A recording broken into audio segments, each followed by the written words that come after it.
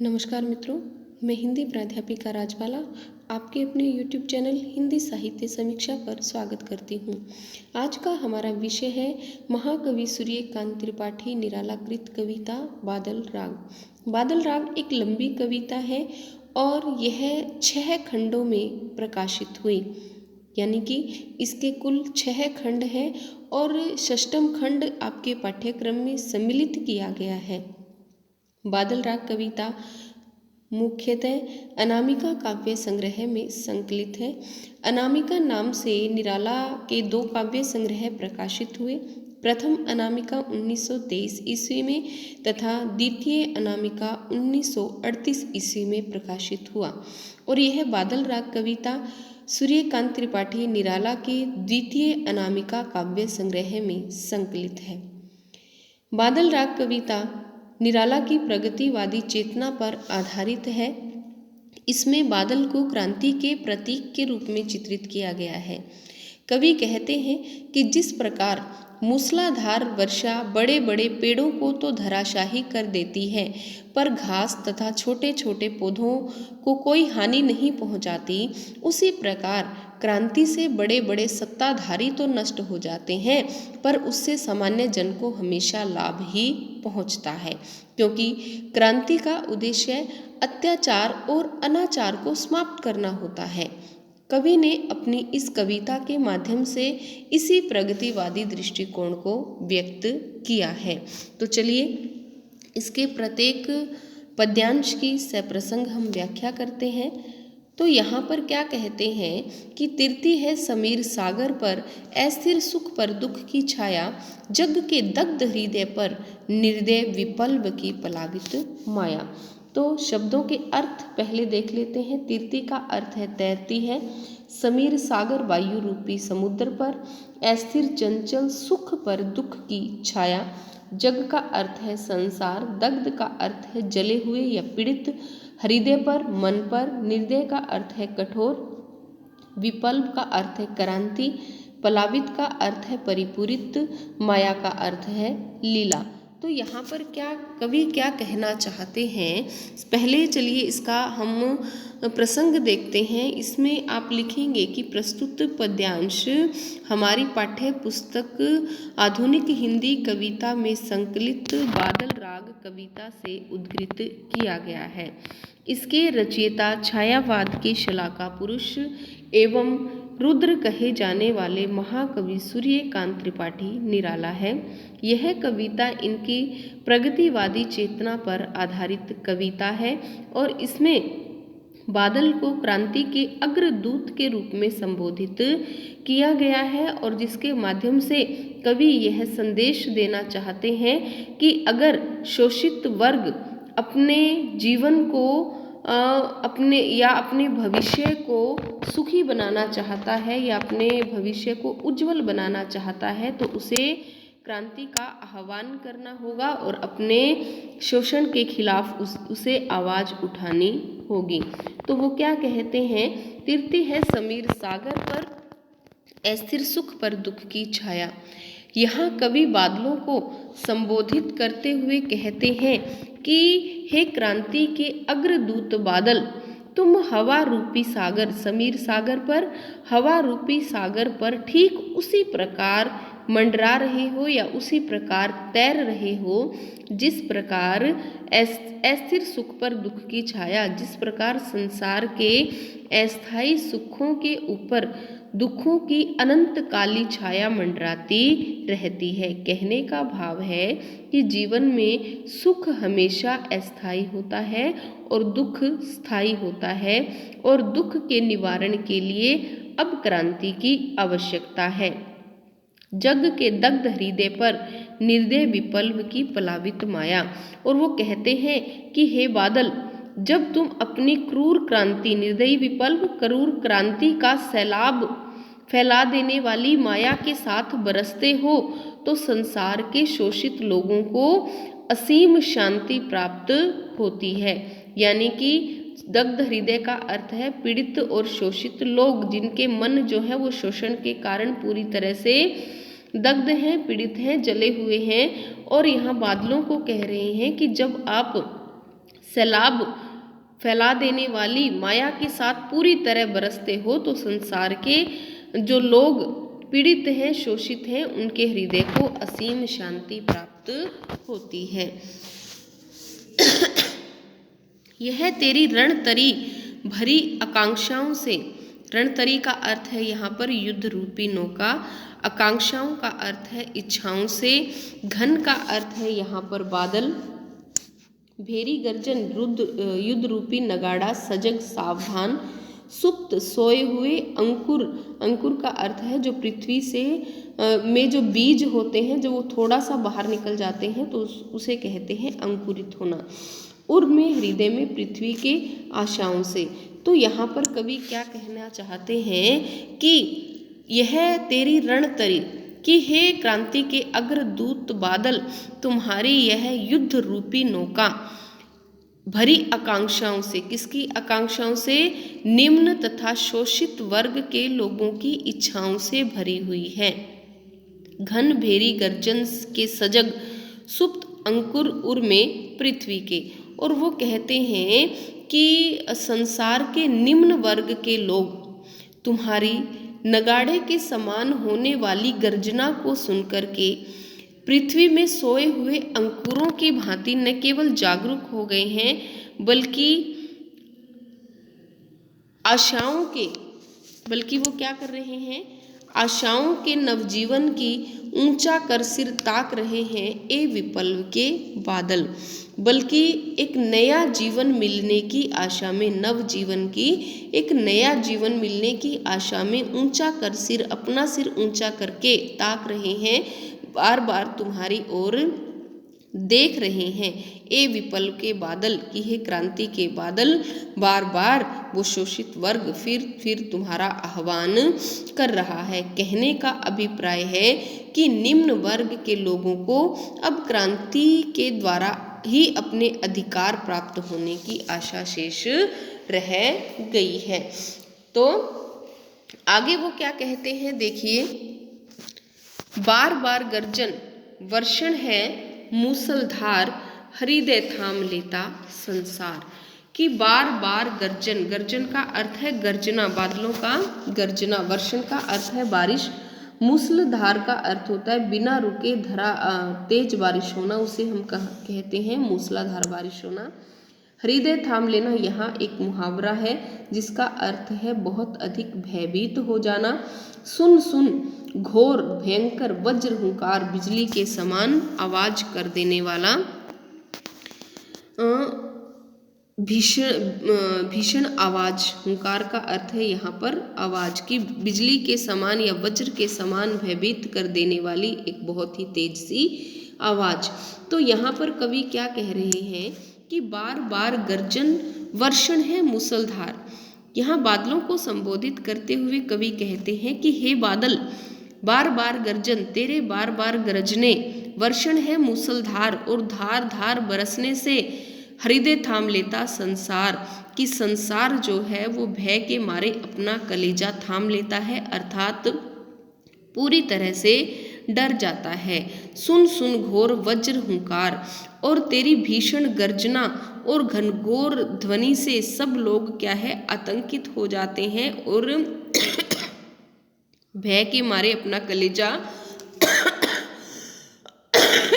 थाम लेते हैं, क्योंकि सभी को तेरी विनाश लीला में बह जाने का डर सताने लगता है।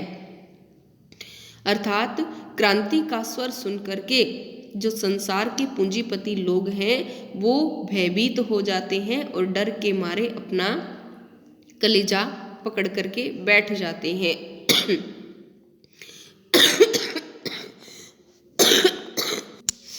ऐशनीपात से शापित उन्नत शत शत वीर, शत विक्षत हत अचल शरीर, गगन स्पर्शी स्पर्धा धीर, हंसते हैं छोटे पौधे लघु भार। ऐशनीपात का अर्थ है यहाँ पर बिजली का गिरना, और उन्नत का अर्थ है उन्नति, शत शत सैकड़ों, शापित का अर्थ है शापग्रस्त, शत विक्षत का अर्थ है यहाँ पर घायल और लहूलुहान, हत का अर्थ है मरा हुआ या मृत, अचल शरीर का अर्थ है यहाँ पर पर्वत, गगन स्पर्शी आकाश को छूने वाले, स्पर्धाधीर आगे बढ़ने की होड़ के लिए पूरी तरह से बेचैन, हंसते हैं छोटे पौधे, लघु भार, लघु का मतलब है बहुत हल्का सा, भार का अर्थ है वजन। तो यहाँ पर कवि क्या कह रहे हैं कि अशनिपात से शापित उन्नत शत शत वीर, कि अशनिपात कि बादलों का जब भयंकर वज्रपात होता है, बहुत जोर से जब बिजली गिरती है, तो उन्नति के शिखर पर पहुँचे सैकड़ों सैकड़ों वीर योद्धा भी शत विक्षत कि वो भी क्या है, धराशाही हो जाते हैं।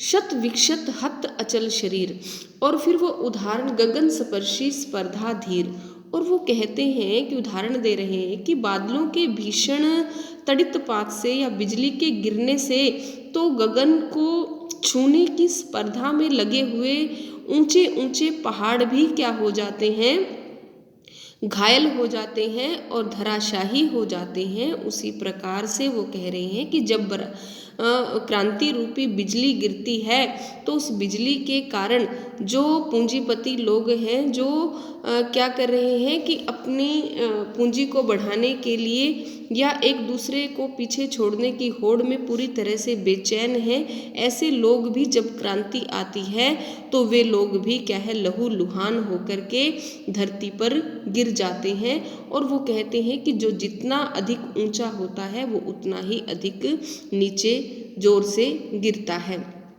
हंसते हैं छोटे पौधे लघु भार, जबकि वो कहते हैं कि जबकि बादल की विनाश लीला से छोटे छोटे अस्तित्व वाले लघु पौधे हंसते हैं और मुस्कुराते हैं, क्योंकि उस विनाश से उन्हें क्या मिलता है, जीवन प्राप्त होता है। आगे वो क्या कहते हैं, सस्य अपार, वो क्या हो जाते हैं, सस्य का अर्थ है हरियाली और अपार का अर्थ है यहाँ पर कि बहुत अधिक, हिल हिल खिल खिल हाथ हिलाते तुझे बुलाते, विपल्व रव, रव का अर्थ है शोर से छोटे ही शोभा पाते, विपल्व का अर्थ है क्रांति और रव का अर्थ है शोर। वो क्या कहते हैं, सस्य अपार, कि जब हे बादल तुम बरसते हो तो उन छोटे छोटे पौधों में क्या है, अपार हरियाली आ जाती है, वे सस्य श्यामल हो उठते हैं। हिल हिल खिल खिल हाथ हिलाते तुझे बुलाते, इसी कारण से वे छोटे छोटे पौधे जो हैं वो हिल हिल करके, खिल खिल करके यानी कि बहुत प्रसन्न होकर के हाथ हिलाते हुए और अनेक संकेतों के माध्यम से तुझे अपने पास बुलाते हैं, तुझे निमंत्रण प्रदान करते हैं। क्यों? क्योंकि तुम्हारे आगमन से उन्हें नया जीवन मिलने की उम्मीद होती है। तो वो क्या, विपल्व रव से छोटे ही हैं शोभा पाते, क्योंकि विनाश का या क्रांति का जो शोर होता है, उस शोर के कारण जो छोटे हैं, जो लघु हैं, जो शोषित हैं, उन्हें ही क्या मिलती है, शोभा मिलती है, यानी कि उन्हें ही हर्ष और उल्लास प्राप्त होता है, उन्हें ही अपने उज्जवल जीवन की कामना होती है। तो यहाँ पर कवि क्या कहना चाहते हैं कि निम्न वर्ग के लोग ही क्रांति का स्वागत करते हैं, क्योंकि उन्हें पता है कि क्रांति से ही उनका क्या होगा, जीवन जो है वो सुधरेगा और उनके जीवन में उन्नति और प्रगति आएगी। तो यहाँ पर कवि क्या है, हिल हिल में खिल खिल में क्या है, पुनरुक्ति प्रकाश अलंकार है, और यहाँ पर अनुप्रास अलंकार भी है, और सस्य अपार हिल हिल खिल खिल तुझे बुलाते, तो पौधों का यहाँ पर क्या किया गया है, मानवीकरण किया गया है, और हृदय थाम लेना मुहावरे का प्रयोग भी किया गया है। फिर वो क्या कहते हैं, अट्टालिका नहीं है रे आतंक भवन, सदा पंख पर ही होता जल विपल्व पलावन, शुद्र प्रफुल्ल जलज से सदा छलकता नीर, रोग शोक में भी हंसता है शैशव का सुकुमार शरीर। तो वो अट्टालिका, अट्टालिका किसको कह रहे हैं, वो कह रहे हैं कि अट्टालिका कि आपने जो ऊंचे ऊंचे भवन निर्मित किए हैं, वो क्या है, ऊंचे भवन नहीं है। आतंक भवन वो क्या है, भय का घर है। सदा पंक, पंक का अर्थ है कीचड़। जल विपल्भ पलावन, जल रूपी क्रांति, यानी जल रूपी क्रांति का अर्थ है बाढ़ आ जाना। शूद्र का अर्थ है बहुत तुच्छ या छोटा। प्रफुल्ल, प्रसन्न या खिला हुआ। जलज का अर्थ है यहाँ पर कमल। नीर का अर्थ है जल या पानी। रोग, शोक, दुख, ताप में भी हंसता है शैशव, शैशव बहुत छोटा सा बच्चा। सुकुमार का अर्थ है कोमल। तो वो क्या कहते हैं कि अट्टालिका नहीं रे आतंक भवन। यहाँ कवि जो है वो पूंजीपति लोगों को संबोधित करते हुए कह रहा है कि आपने जो ये ऊंचे ऊंचे भवन अपने रहने के लिए बनाए हुए हैं, ये क्या है, ऊंचे नहीं हैं। ये वास्तव में ऊंचे अर्थात महान नहीं है। आतंक भवन ये तो क्या है, भय और त्रास के निवास स्थान बन गए हैं और इनमें रहने वाले लोग क्रांति की बात सोच कर के हमेशा ही भयभीत होते रहते हैं। फिर आगे कवि कहते हैं कि सदा पंख पर ही होता जल विपल्भ पलावन, कि जिस प्रकार बाढ़ का असर हमेशा किस पर होता है, कीचड़ पर होता है, अर्थात बाढ़ हमेशा ही कीचड़ को बहा कर के ले जाती है, उसी प्रकार क्रांति रूपी बाढ़ भी समाज के कीचड़ रूपी उच्च वर्ग के शोषण को समाप्त करने में सदैव ही सक्षम होती है। शूद्र, प्रफुल्ल, जलज से सदा छलकता नीर। शूद्र मतलब बहुत ही छोटे से और खिले हुए कमल के फूल से तो हमेशा शुद्ध, साफ और स्वच्छ पानी ही छलकता है। रोग शोक में भी हंसता है शैशव का सुकुमार शरीर। और कवि कहते हैं कि निम्न वर्ग के लोग जो हैं वो अपने दुर्भाग्य के कारण सदा ही अपने दुखों और कष्टों पर आंसू बहाने को तो बाध्य हैं, परंतु उनका जो शरीर है वो जो शैशव यानी कि बच्चे के शरीर की भांति क्या है, मुलायम है। कहने का क्या अर्थ है कि जिस प्रकार एक छोटा सा बच्चा, चाहे वो बुखार से पीड़ित है, चाहे वो किसी भी बीमारी से ग्रसित है, परंतु जब उसके सामने हंसा जाता है तो वो क्या है, अपने दुख दर्द को भुला कर के हमारे साथ हंसने लग जाता है। उसी प्रकार से जो निम्न वर्ग है उसने भी सदैव विपरीत परिस्थितियों में ही प्रसन्न रहना सीख लिया है। तो वो कहते हैं कि ये लोग जो हैं जीवन की बड़ी बड़ी कठिनाइयों और दुखों को भी हंसते हुए सहन करने में सक्षम है। अगर क्रांति किसी को दुख पहुंचाएगी, किसी को डराएगी, तो वो कौन है, वो उन ऊंची ऊंची इमारतों में निवास करने वाले पूंजीपति लोग हैं।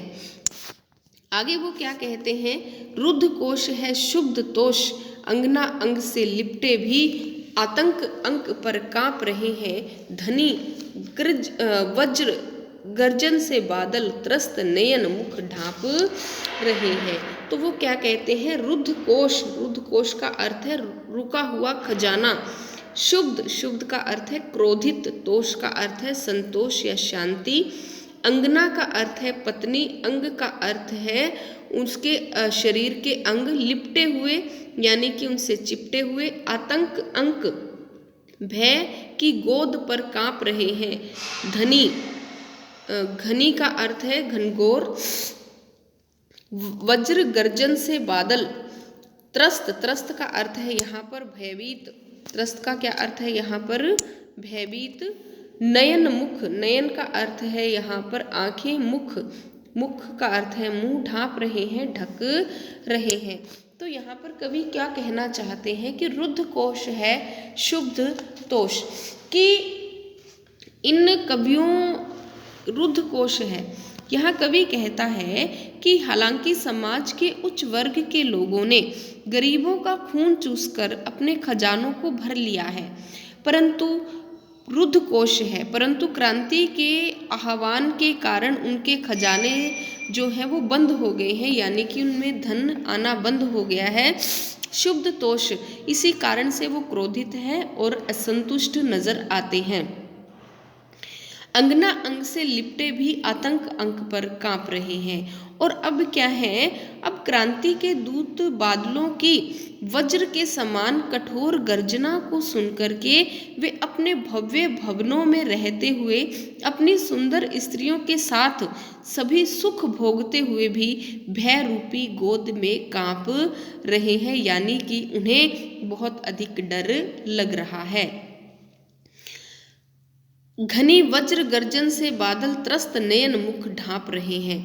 और जब बादल जो है वो वज्र के समान घनघोर भयंकर गर्जना करते हैं तो त्रस्त वो लोग डरे हुए हैं और डर के कारण अपने हाथों से अपने मुख को ढके हुए हैं, यानी कि उनकी आंखों में भय समाया हुआ है, परंतु वे अपने इस भय के भाव को छिपाने के लिए अपने मुख को अपने हाथों से ढके हुए हैं। तो यहाँ पर जो है वो भाषा कैसी है, साहित्यिक खड़ी बोली है और व्यंजना शब्द शक्ति का यहाँ पर प्रयोग किया गया है।